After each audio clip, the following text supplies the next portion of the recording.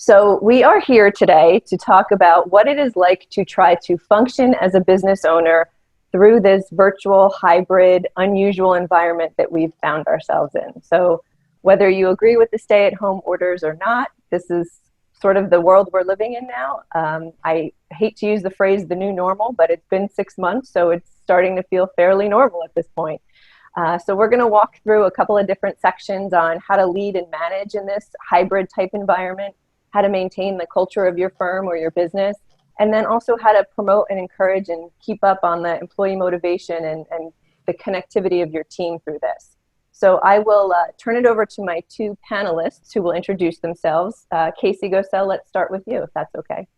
Sure. Thanks so much for having me here this morning. My name is Casey Gosell. For those of you who don't know me, I am a partner at Mandelbaum Salzburg, which is a full-service law firm in Roseland, New Jersey. I specialize personally in corporate transaction law, so I do a lot of buying and selling companies and drafting contracts.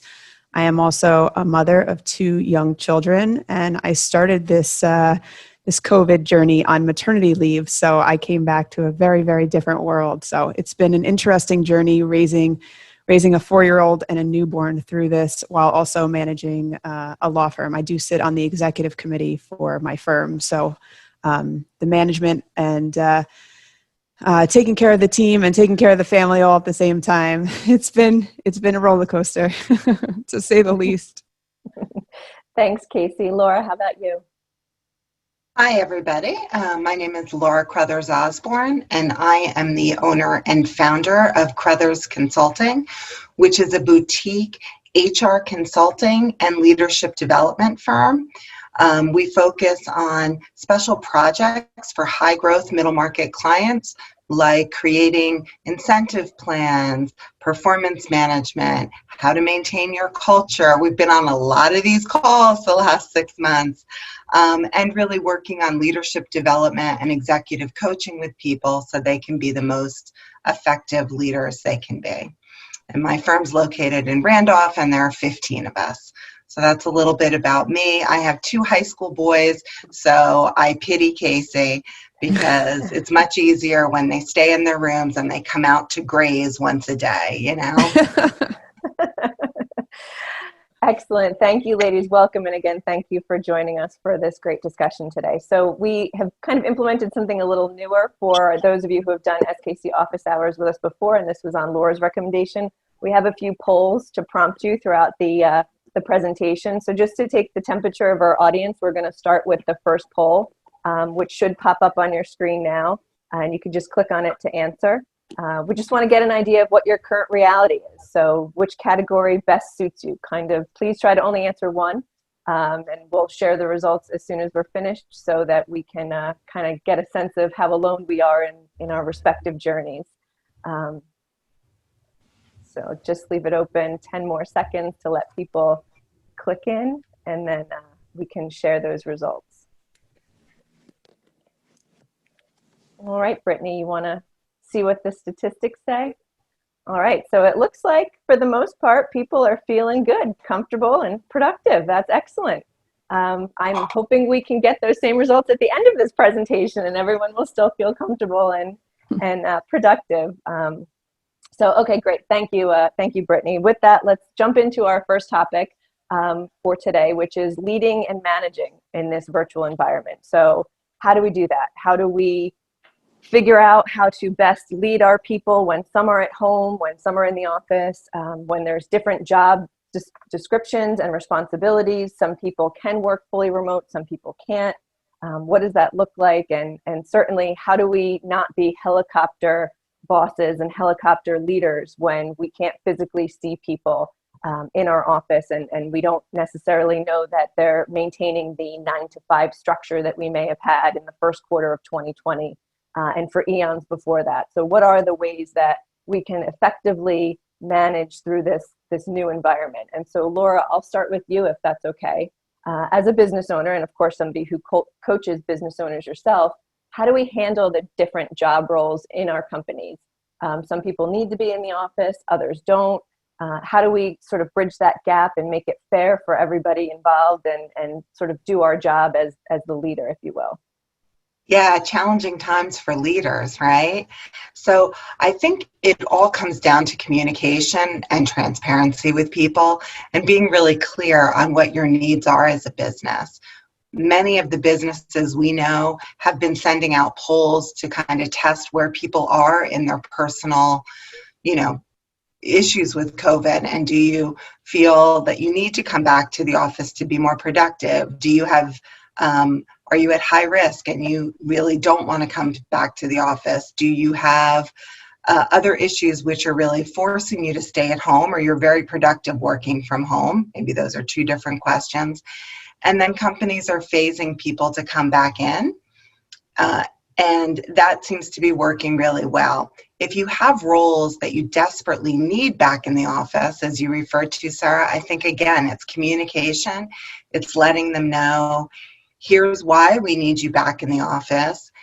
Here are all the protocols and measures and things we've done as an organization to make sure you're going to be safe when you come back.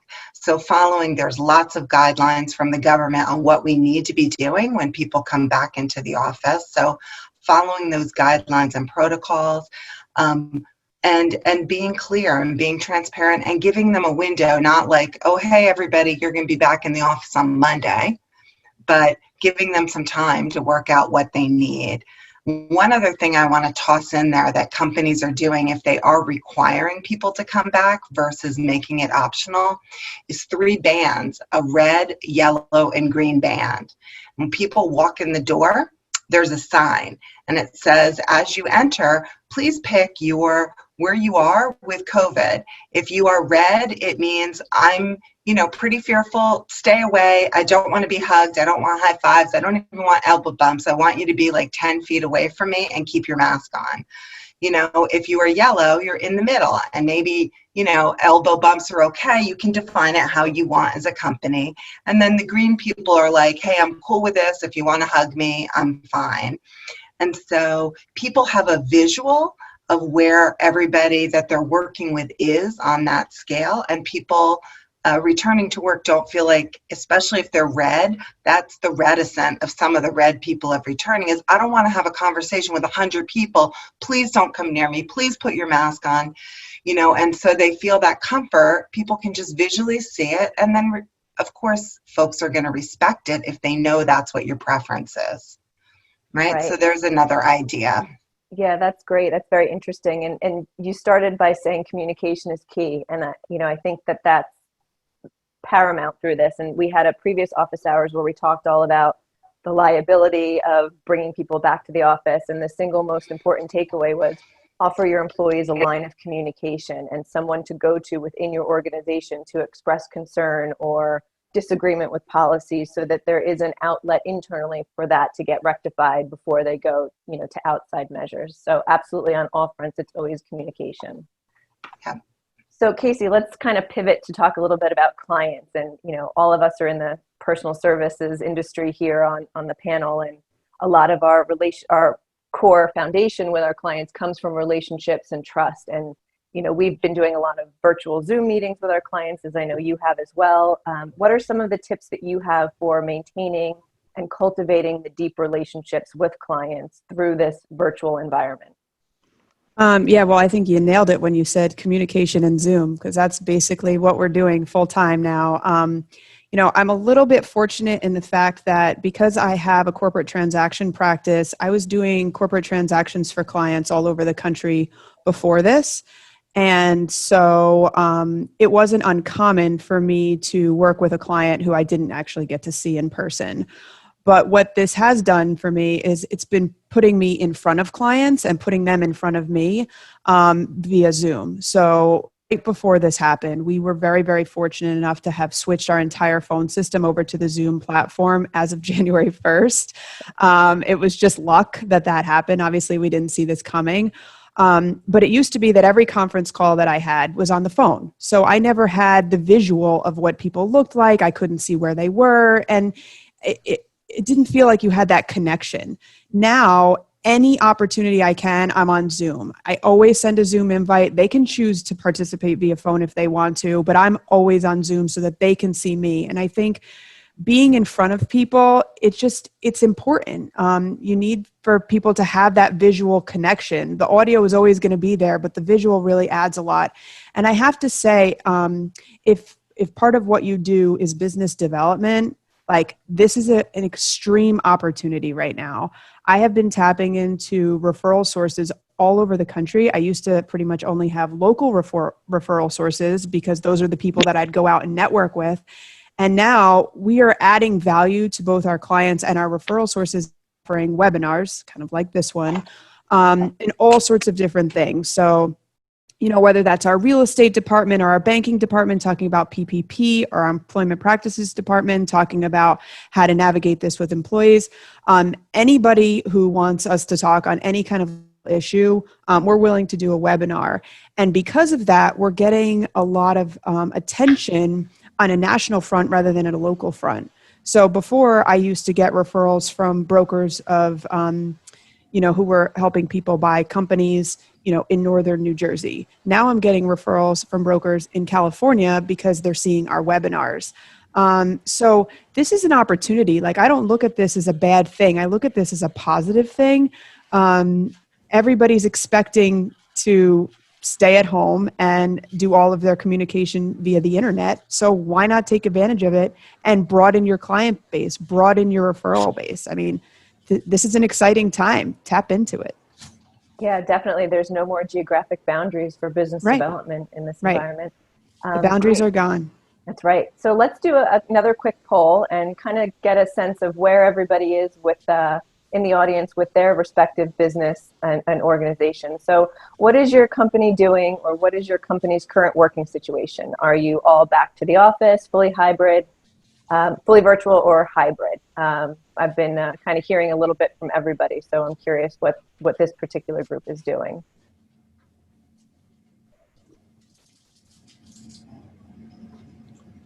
Brittany, you want to share the results? Okay, so most people are doing a combination of hybrid, at least on this call. Interesting. Okay. So just kind of the last question in this segment for either Laura or Casey, both of you guys can answer about specific management and delegation in this environment where, again, on this call, it looks like most people are hybrid, so you may not see everybody in your office or your workplace every day or even every week.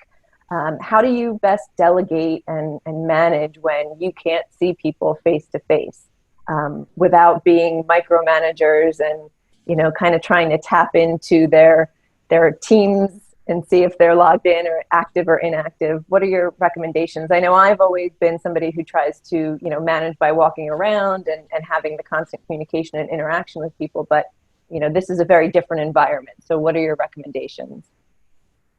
So I'll start, and Casey, you can jump in. We can play off of each other here. Sure.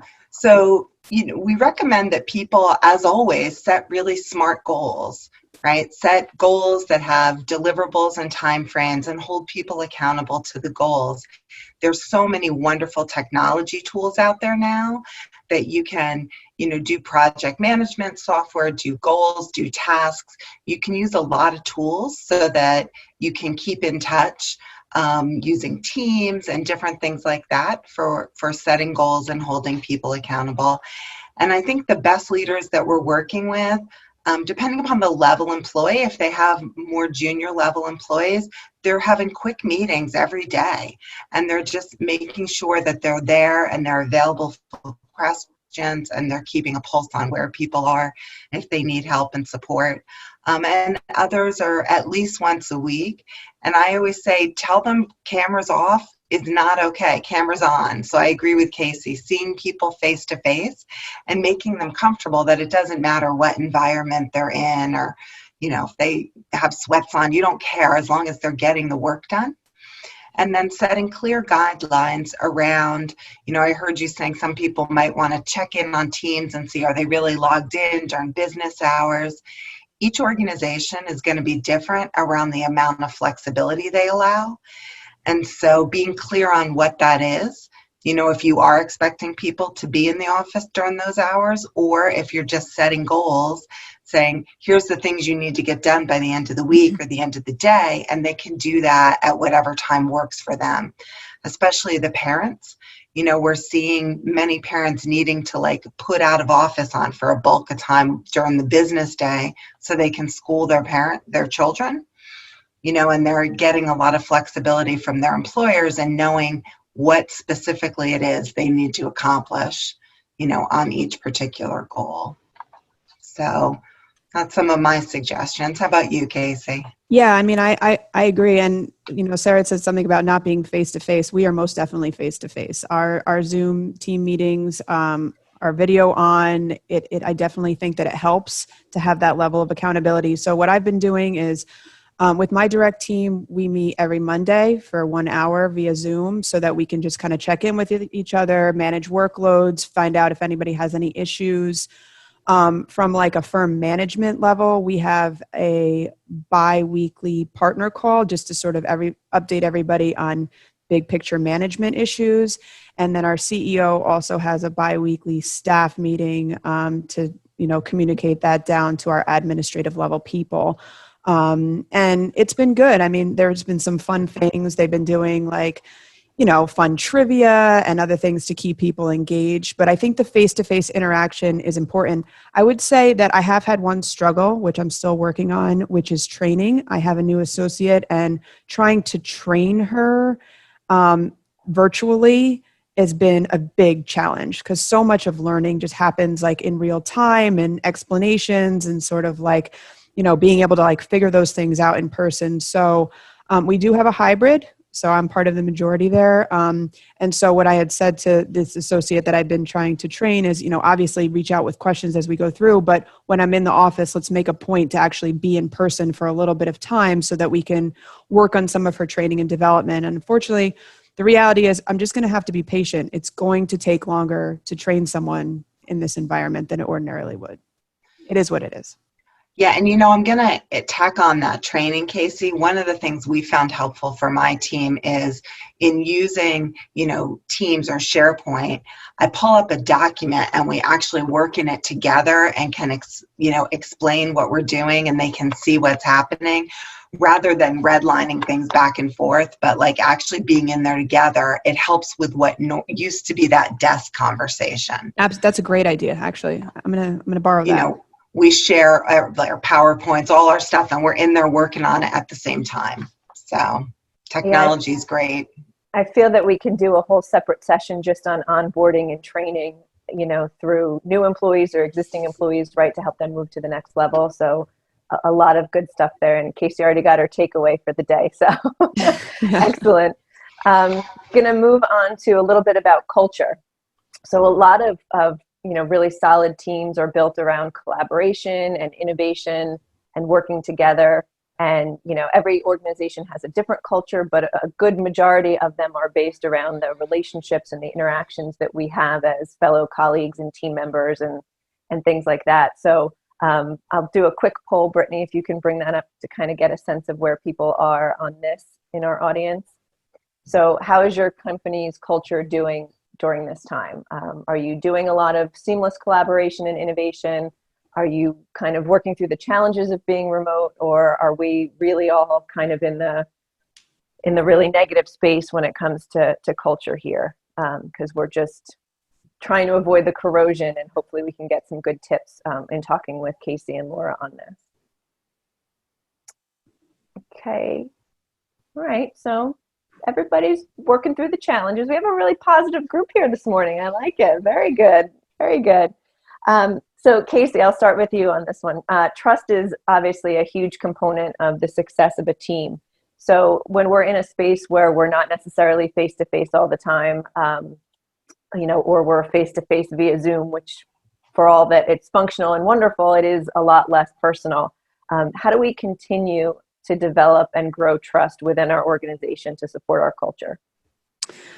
That's a great question. And I think, again, it comes to communication. So I mentioned earlier that I started this COVID season of our lives here on maternity leave. And because of that, I had this unique ability to sort of listen to what was going on because I wasn't managing a full caseload at the time.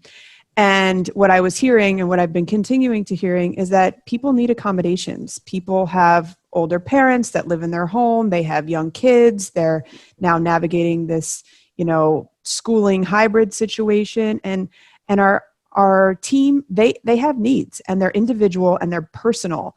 And so what I've been really trying to focus on in an effort to, again, build trust, but also maintain good relationships and culture is listening to the needs of every individual person. I have one person on my team. She's got 2 young boys, and she's been really struggling with the childcare. She had a nanny, she lost the nanny, she had a babysitter, she lost the babysitter. So she's homeschooling while she's also working full-time for my team. So we basically talked about it, and what we decided for her is that, for a big part of the day, she's not going to be available, and that's okay. She's going to work at night now. She's going to work on the weekends. Like, she's still getting her time in, she's still getting the projects done, and she's still meeting the deadline, but she needs flexibility. I have another member of my team who has a medical situation. She asked to be accommodated. She did not want to have to come back into the office. She wasn't comfortable. She also didn't want to share what the medical condition was because nobody knew about it.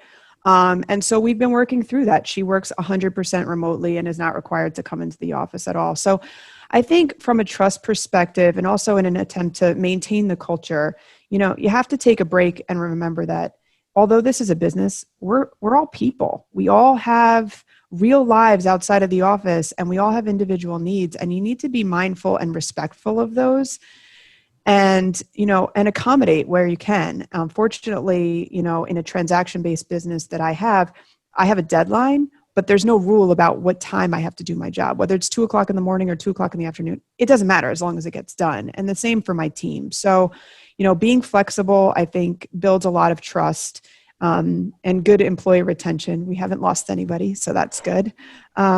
So I feel really good about the culture and the trust in my firm. And then one other thing I'll add there is, I think that this Zoom environment that we're in has eliminated boundaries, and not necessarily in a good way in all respects, because people feel like they can contact you at all times because you're always home, you're working from home. Like there are no nights and weekends anymore. And while you may want to accommodate that for your clients to the extent you're available, you need to be respectful of your staff, your team. Just because you know that they're home, working from home, doesn't mean you should be calling them on Sunday morning or reaching out to them at 10:00 at night to the extent it's not necessary. So I think we need to respect each other's privacy, respect each other's time, and be accommodating. Yeah, that opens a whole can of worms about encouraging people to take PTO when there's no place to really go to use that PTO. But yes, it's a way to create that boundary, right? Whether you're creating a staycation or you just don't want to log into your computer that day, Mm-hmm. We need to kind of promote that, I think, for our team health as well. Absolutely. Absolutely. So Laura, your organization, very similar to SKC, I know, focuses a lot on innovation and constant improvement and sort of building that into our culture on a day-to-day basis. So what advice do you have for business owners who are really trying to continue to promote that within the foundation of their culture through this virtual environment that we're in? Yeah, so we've one of the things we've done is we've made someone the chief happiness officer or chief culture officer. And it's not full of people like, oh my God, you created a job. I'm like, no, it's 5 minutes a day. But they think of things to keep the group energized, and they think of different ways to have innovation and different ways to get team building going, right? So that it's not just on the manager or the leader's plate all the time, but sometimes you know who that person is, right? Like I imagine at SKC, Karen might play part of that role, right? Where you look at people who gather people, right? And they come up with lots of great ideas that you wouldn't think of. I give them a budget so she knows what her kind of monthly budget is, and sometimes she'll send everybody a little thing, or we'll have a parking lot lunch where everybody gets together, or in our case, we're small enough, I do a backyard lunch. People bring their own lunch and we hang out in the backyard together, socially distanced, because we need that and that collaboration. In terms of the innovation, some of the things we did was early on, we said, do we want to be on the offense or the defense? And so like Casey said, they look at this as a way to do opportunity. We had a brainstorming session and we said, okay, everybody, what can we do to help our clients? What new things could we offer? You know, where do we think this is going? And we had one of those, you know, visionary white cloud sessions where everybody started brainstorming different things we could do, and we narrowed it down, and people got very excited about coming up with ways to help clients through COVID. We created a lot of free training sessions. We did guided meditations with people. We, like Casey, I've been out there on the speaker circuit, and so's many members of my team speaking to anybody that would like about these topics. And we realized through this time for us, one of the innovative things was a lot of customers now have extra T&E money that they're not spending traveling around the world. And we've been talking to people about using that money for training. So our business is up 70%, and it's mostly because people are finding this time to do training, to do coaching, to focus on management skills and leadership. But we came up with that as a group, is what do we want to really focus on, and what new things can we create that will help the world today? And it gives people that good feeling. Like then they started asking me, can we offer it to our hospital workers? Can we offer it to frontline workers? My friend runs a nonprofit that's getting crushed right now. Can we offer it to her employees? Can we offer it to accountants? And they were wanting to do all these sessions for free. You know, so there's some different ideas, is just get your team together and get them talking and communicating and thinking about new ways to innovate, and how to look forward rather than talk about, you know, being defensive. How do you be offensive? How can we do something creative that will help the, you know, the current situation or our company? So I started with this about, you know, talking about how we've been really in this virtual hybrid situation for about 6 months now. And, you know, it's interesting because when it first happened at SKC, we went virtual sometime around March 26th, I think, fully, for the most part, virtual. And the biggest thing that, you know, as the managing partner, I was worried about then was, okay, do we have the technology that we need to sustain this? And do we have, you know, the workflow capabilities to keep everybody busy when I'm not seeing them every day?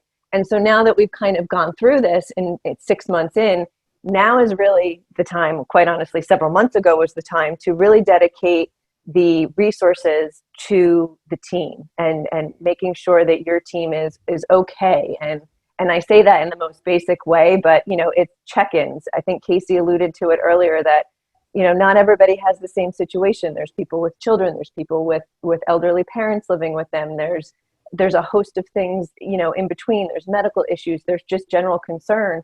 And so it's for those who have more of an old school type mentality, it may be a little bit more difficult to sort of embrace this, but really we have to make sure that our team members are okay through this. And Laura, I love some of the ideas that you threw out, and really just keeping everybody feeling like they are still cared about as part of the organization and the culture that we have. So one of the things I just wanted to talk about with relationships between our team members, right? So if you followed some of the employee engagement surveys that have been popular in business for many years, or if you do employee culture surveys, things like that, one of the questions that always seems to come up is, do you have a best friend at work? Or do you feel connected to the people that you work for? There's different variations of it. And so there's truth behind having that connectivity in those relationships with, you know, your fellow colleagues. And so there's value in that water cooler talk, or passing somebody at the coffee machine and doing a personal check-in, right? So not necessarily, you know, what are you working on today, but, you know, hey, how was your weekend? Or, you know, how is your daughter doing with soccer? You know, whatever it might be. And so for many of us on this call who are hybrid, how do we still encourage that and foster that amongst our team members when we're not all together the way that we used to in just those casual office passings? I'll take that one, Sarah. So I do have a best friend at work. I would say I talk to her more now than I did before because we're just, you know, talking on the phone, talking on Zoom, talking outside of normal work hours, just about random things that are going on. So I've been able to maintain that one relationship that's very, very important to me. But I think the other component of this is like the collaboration aspect. So we actually, when we redesigned our office, we set up certain collaboration spaces that are sort of supposed to be more comfortable for people to just sort of like hang out, have conversations, because we wanted to promote collaboration. And so we're sort of missing out on that. And it's not really coming through in our Zoom calls, because it's all about, where are we at? It's task management, specific to a certain transaction we're working on or whatever. And the biggest issue that we're having right now, which we've come up with a solution for, is every year our partners get together to collaborate for an entire day. Sometimes it's 2 days. It was supposed to be an overnight retreat this year. It's always Columbus Day. And we took a poll, and people were not comfortable attending the retreat in person this year. And so we were really upset about the fact that we were going to miss out on this opportunity for some really good, like, relationship building, friendship building, and of course, collaboration and vision for the future. And so what we decided to do is we made it a 1-day retreat. It is going to be virtual, but it's broken up into segments throughout the day so people get breaks.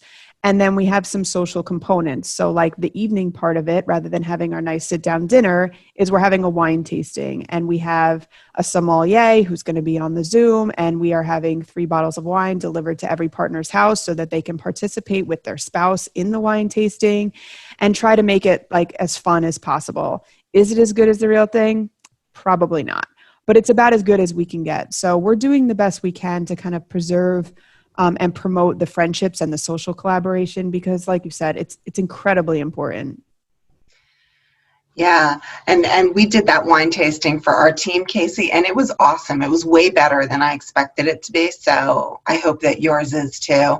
I have a couple other ideas. One of the things we've been doing a lot of is when we're on a Zoom call like this, probably with a bit of a smaller group than this, but we would say, okay, everybody, 2 minutes, get up and find something in your house that was handed down through the generations, that sits on your desk and makes you smile, that you really need to throw away and you haven't thrown away yet, that whatever you want.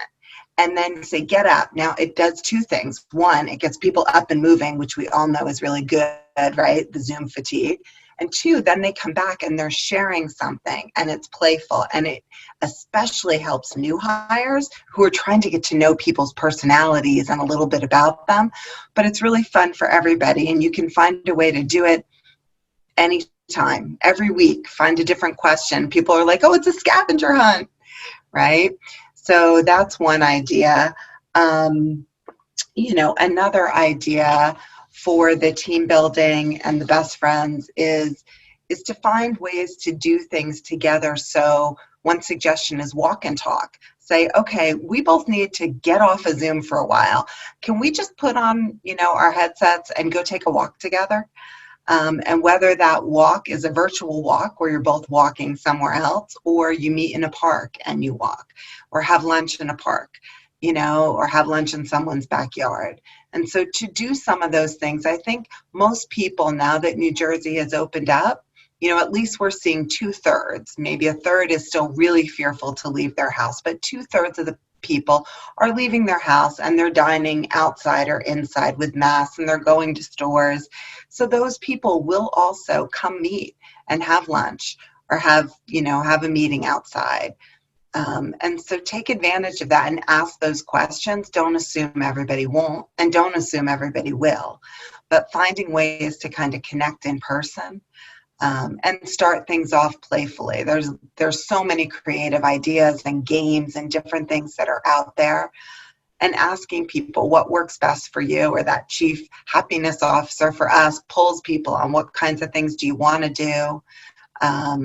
And it helps connect. You can send people into rooms when you're on these Zoom calls, and you can do, rooms of 4, rooms of 2, split them in half. And so we do that too, to try to give everybody, hey, we're going to send everybody into a room with someone, see who you end up with, and catch up on life. And just give everybody 5 minutes to catch up with somebody.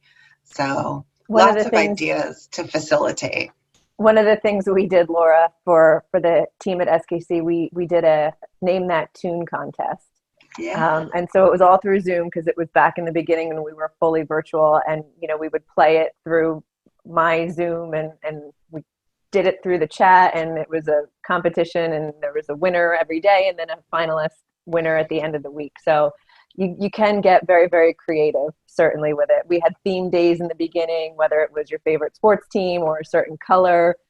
We went so far as hat day and wig day and things like that. So show your animal. People love to pick up their pets. Exactly. There's a lot of options when you really sit down and think about it and take that time. So we're just past the halfway mark. Karen, are there any questions in the chat, or does anybody want to raise any questions before we move on to the employee boundaries and burnout section of the talk? I don't see any questions in the chat aside from the pre-submitted questions, and I don't know if this is an appropriate time to address those or if you want to wait until Sure. The next session. Sure, no, I'm happy to do that. So one of the pre-submitted questions, and Casey or Laura, you guys can tag team again on this if you want. What are some of the best practices for keeping the team productive and motivated when time together is limited? So I know we touched on some of the fun stuff and things we can do that way, but any other suggestions for keeping that productivity and motivation levels high? I think as far as keeping people motivated and productive, like I was saying before, learning what it is that people need in order to be productive, I think is half the battle. Again, going back to communication, we're always going back to communication, right? So whether that means being accommodating about their hours or, the time of day or the days of the week that they can work. We did have a couple of people who chose to go to part-time because of homeschooling. But, we have our weekly check-in where we sort of set the expectation and set the tasks for the week. And then we have a pretty much unspoken policy that as long as you get your work done, no questions asked. Like, you do it on your own time and we'll leave you alone. And that's been working really, really well. And it used to be that, everybody was expected to do their work, 9 to 5 in the office. And that was successful. And now I find that our productivity has actually increased by allowing people to do the work on their own time and on their own schedule, as long as they're hitting the deadlines. I will say that we have had to use some technology to monitor some of our less productive people. It's really more of like at a secretarial administrative level. We found that, it seemed like some of our attorneys were complaining that they'd reach out to their assistants during the day and they weren't even picking up the phone. And how could they possibly be working if they're not picking up the phone? So we did some monitoring and found that there were, in fact, a handful of people that were kind of taking advantage of the work from home situation. And we could tell based on this technology that, they hadn't even logged onto their computer for X amount of hours, or they logged into their computer but didn't actually hit a keystroke for 4 hours at a time and things like that. And so if you have a fear that that kind of a thing is going on, there is technology that can help you figure that out. And what we did in those cases is, we had a virtual sit down to talk about the fact that, we're calling you out on this. And in 100% of the cases, it's been remedied. People don't like to get called out and they tend to fix it after you do it once. But I think you need to be clear about the expectation. I think you need to be accommodating about the needs of people. And then I think you need to be, unafraid to reach out to people and say, look, you're not doing your job. Like, this work from home, it's a privilege. It's not a right. We are open and we're accommodating you by not making you come to the office. So you need to be respectful of that. And if you're not, then maybe there's not a place for you on the team anymore. I mean, that's just the reality. So Casey, the $10,000 question is, what is that technology software that you're using? Because I know everybody on this call, oh my gosh, business owner, wants to know what that is. And I can't even answer the question because we have an IT department that does it. So I just email them and I'm like, is this person working? Laura, do you know what it is that people use for that? We have an IT group as well. Yeah, Okay, so one of you has to check with your I will IT ask group, our and IT Karen will send it out to the group, because I know Yes. people may be afraid to ask, but I know people want to know. I'm sure. No, I will get you that answer today. I'll send it to you guys to distribute out. Great, thank you. Go ahead, Laura. Did you want to add to that? Yeah, no, I mean, I think that that's really a lot of it is setting clear goals and holding people accountable, just like you would if they were in the office, around productivity, and the technology tools have really come a long way, to help people feel like they're part of it. They can collaborate on documents, they can chat in teams, and keeping them in that environment. The only other thing I'd add is something that you mentioned, Sarah, is making sure that people have what they need in terms of technology. In the beginning, I think we all thought this was short term, and some people are working on, really little laptops, and they're used to having maybe 2 or 3 screens. So sometimes that simple question, is there anything else that you could use to be productive? I know one of my clients did that, and they heard all different things. I could use another monitor, I could use a better desk chair, I could use a new keyboard, I could use this, I could use that. And so he was like, wow, I don't want to handle all these individual things. Somebody's like, I need a door on my office to lock my kids out. And so he just did he's calling it a COVID, allocation bonus, and sent everybody $1,000 and said, I can't help everything you need. Somebody said, I need a tutor for my kids, so I'm not pulled in that direction. And he said, but, here's some money that you can use to help you feel more productive, whatever that is for you. I like that. So Casey, you have a question that came through on the chat about monitoring your employees. Do you advise telling your team that you're doing it, or what's the legal aspect behind that? So all of our team works on company-owned devices, and there's actually a thing that pops up every time you log into your computer that says that this is the property of Mandelbaum-Salzberg and it's being monitored. So they are aware of that. I think it's important to tell people the truth. You want them to be transparent with you. You should be transparent with them. We have the technology and the ability to monitor people's workflow and how often they're using our provided devices. That doesn't mean we're doing it all the time. We only do it when we think that there's a reason to. So yes is the answer. I think you should disclose the fact that you have the ability to monitor. Usually that is a policy in the employee handbook, and it talks about technology and, if you're going to monitor and things like that. So you might want to start by looking. You might already have the policy. Great, thank you.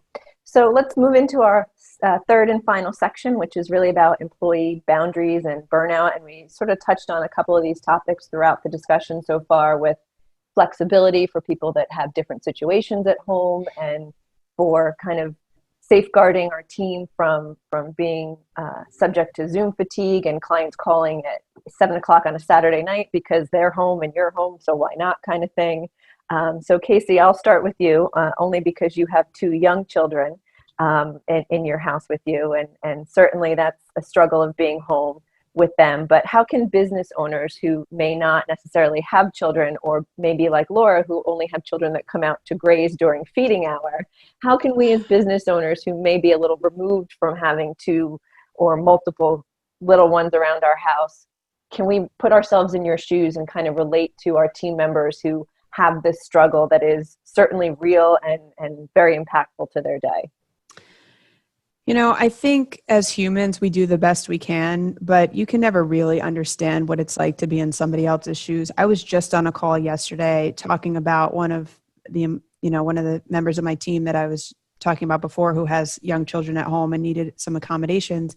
And the older male partner on the call said, well, I don't understand. She's so hard to get a hold of now. She's so unproductive. And I was like, time out. You have no idea what's going on. And so I think the best thing that we can do from a cultural perspective is to really be a little bit less quick to judge. It's not fair. It is really, it's not fair what's had to occur for so many of us working parents, just trying to figure out what to do with our kids, spending money on nannies, spending money on transportation. I have 2 children in the room next to me. The fact that they haven't run in here is sort of a miracle. But you have to be accommodating. And I think if we could all just connect with each other on a real level, you'll find that you make some better connections and better long-lasting relationships. I handled a transaction earlier this year, for a guy who had 5 children, and he sold a large company for like $85 million. I was on the phone with him day and night. My kids were in the room. His kids were in the room. Like, we bonded over this. So this is an opportunity for us to all just recognize that we're real people with real lives. But if you're not in that space, you can't really understand, right? I mean, Sarah, you don't have children. I have children. Like, you can empathize, but you don't really know, right? So I think we just have to be a little bit slower to judge. And, you know, the reality is, even with 2 kids at home, I'm able to accomplish everything that I need to accomplish and more in a day. So the people that are good at their jobs, they can work around these things, but it may not be necessarily in your timetable and the way that we've done it in the past. And I think, you know, it's a little bit about tolerance right now, a little bit about being real people. And I used to be just like all business all the time. I go to the office, I put on my attorney hat, and I shut off being a mom. I come home, I take off my attorney hat, and I go straight on 100% mom mode.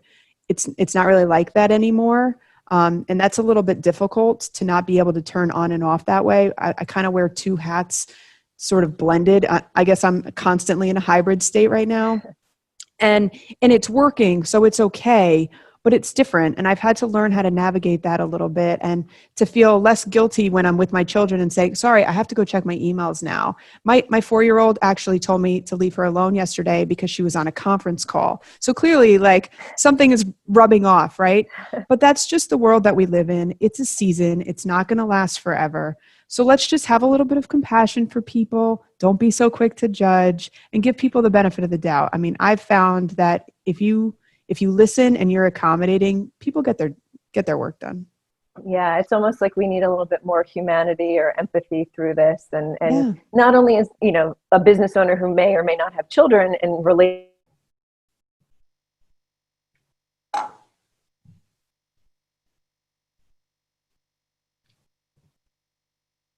to somebody's not available because they don't, you know, they have children and they need to deal with homeschooling or something like that.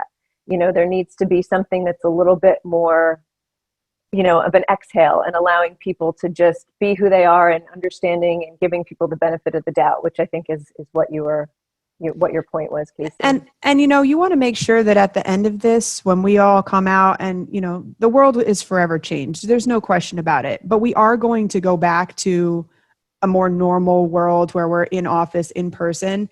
And when that happens, you want to make sure you still have good people on your team. And if you didn't take care of them during this time, they're not going to stay with you. They're going to leave as soon as they possibly have an opportunity, or they're going to find an employer who's more accommodating and is willing to make the concessions for them. So you might as well hang on to the people that are working for you and be good to them, and they'll be good to you. Absolutely. Laura, Excuse me, yes, Sarah, go ahead, Karen. can I just interject? I think we do have a poll question around this topic. Sure, let's bring it up. Brittany, am I correct with that? Okay. I don't want to forget it. Nice, very good. So what is our biggest challenge of these 3? Zoom fatigue, lack of boundaries between home and work, children at home. I would pick all 3, just for the record. You needed all of the above.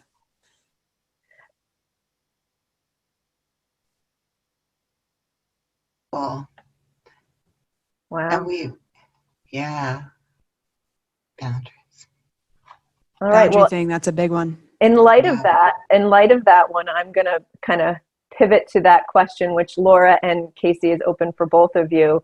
How do we protect our teammates, right? How do we protect our colleagues and people in our organization from these lack of boundaries, right? I mean, I talked before about, in the beginning of this, I would joke with my team members that I would work until my cell phone ran out of battery, and then I would just decide I would be done for the day. That's not really realistic anymore. We've lost that transition of driving to and from work, where you can sort of, like Casey said, move from one hat to the next.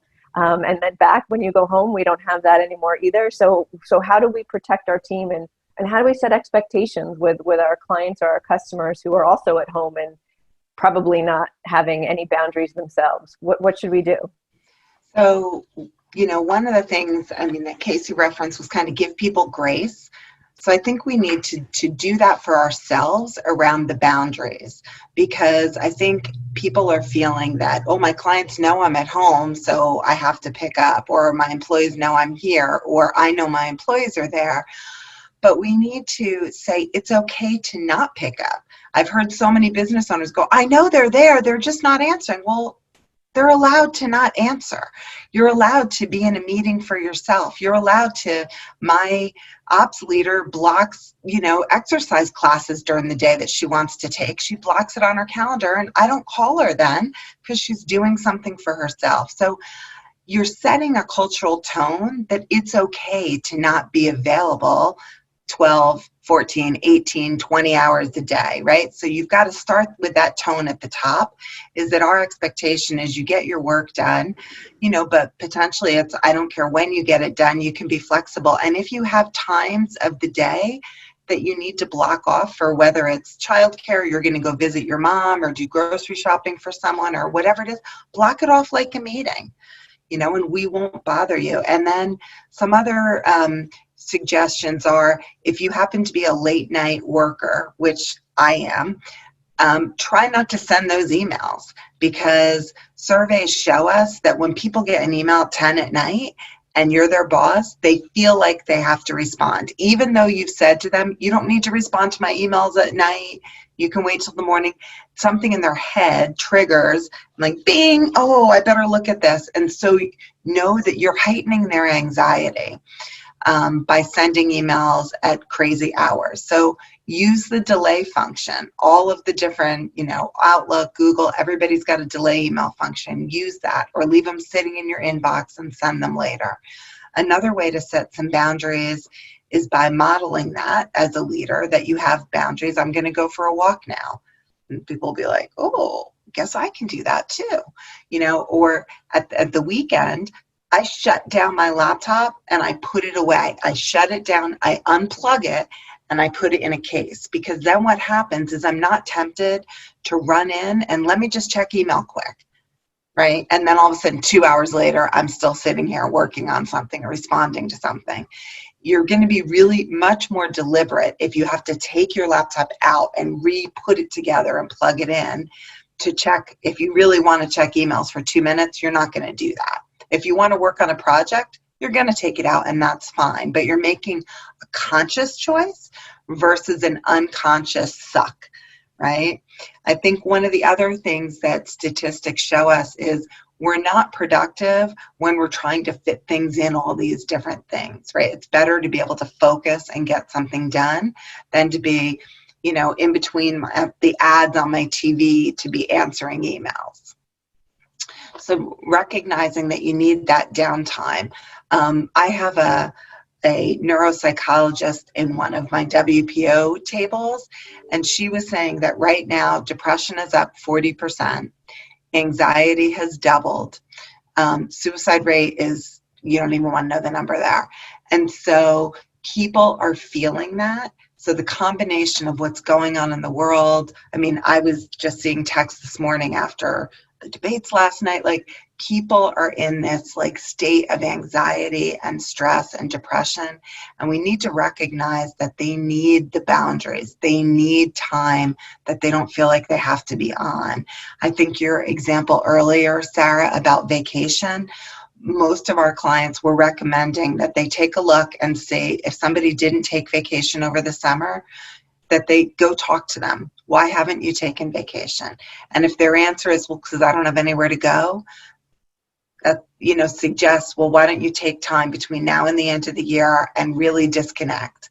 If their answer is, because I have too much work and everybody's on me 20 hours a day, and if I go, I can't because they're chasing me and they know I'm at home, then find a way to support them and say, it's okay. We'll shut you off. This person can back you up. People need a break. They really do.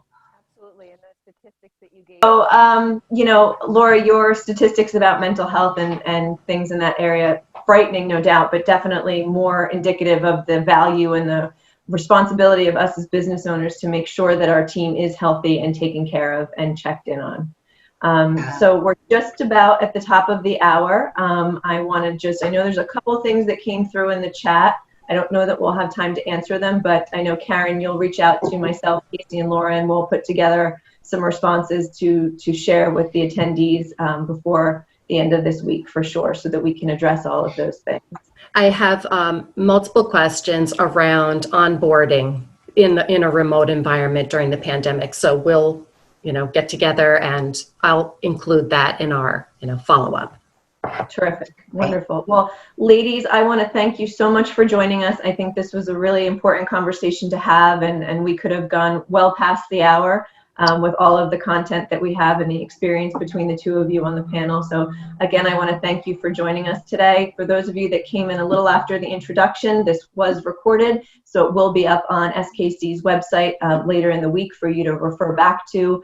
And again, if we didn't get to your question, either that was pre-submitted with your registration or that's in the chat, we will certainly circulate those answers to everybody before the end of this week. So thank you, everyone. Stay healthy, stay safe, and we will see you at the next SKC office hour. Have a great day.